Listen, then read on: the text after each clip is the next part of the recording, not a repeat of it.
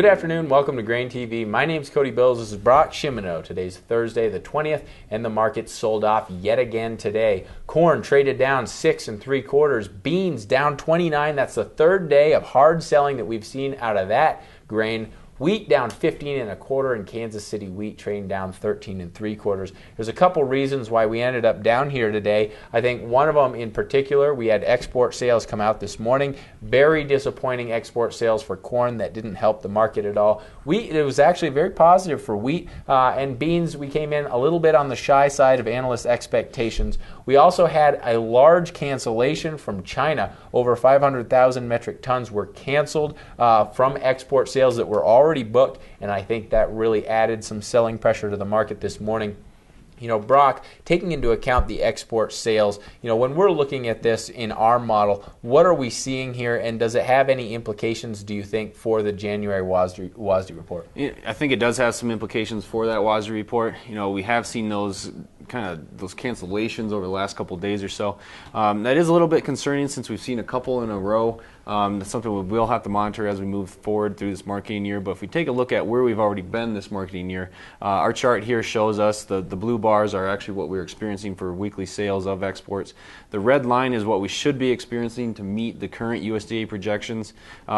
This week we did meet those expectations, but keep in mind, even with those cancellations, they won't show up for a couple weeks in these reports coming up here. Right now we're currently ahead of pace by 193 million bushels, so we're still far ahead of pace despite these cancellations.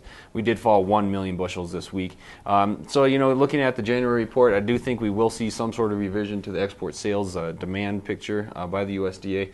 I'm not quite sure how big that'll be. I would guess maybe 50 million bushels or so. Corn, a little bit of a different story though. We have continued to see those abysmal sales of corn. You can take a look at this chart here. We've seen 4 weeks in a row of just terrible sales. And again, we missed expectations this week. We're behind pace by 44 million bushels, and we fell another 10 million bushels this week to meet the current USDA projections. So for corn, I would imagine that we would see some sort of revision lower in the January report of export sales. Yeah, and we've been talking about this a lot, particularly for corn. We've looked at this demand side of the equation, and for ethanol, it's been kind of disappointing. We've been coming in below what we need to meet the USDA's forecast. We're barely meeting our own forecast, which is 100 million bushels below the USDA's.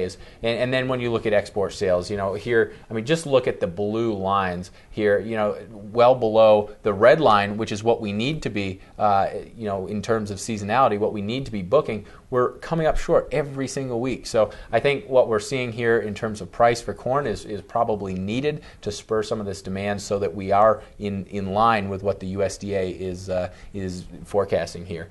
Taking into account, what we've seen here, Brock, do you anticipate any sort of continuation of this selling trend on Friday, or do you think that maybe we'll come back?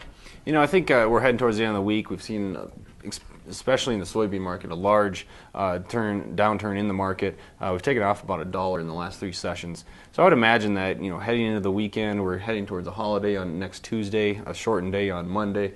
I would imagine that if a lot of shorts have come into the market, and we've seen commodity funds actually sell about 30,000 contracts over the last 3 days or so.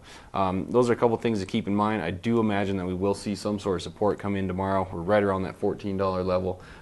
If nothing else, I think we'll see some short covering as we head into the weekend and into the holiday. Yeah, I'm kind of in the same camp that you are. We've had 3 very hard days of selling for soybeans, and I wouldn't be surprised, we're right around that $14 mark, and I wouldn't be surprised, maybe we may penetrate that area tomorrow, but I kind of think that we will see some sort of short covering at some point tomorrow, and perhaps we'll bounce back. Maybe it'll turn into kind of more of a doji where you get a decent sized range, but we close up back where we started. So it's going to be interesting to see how that unfolds. We're going to be watching the market closely. Follow us on Twitter, follow us on Facebook.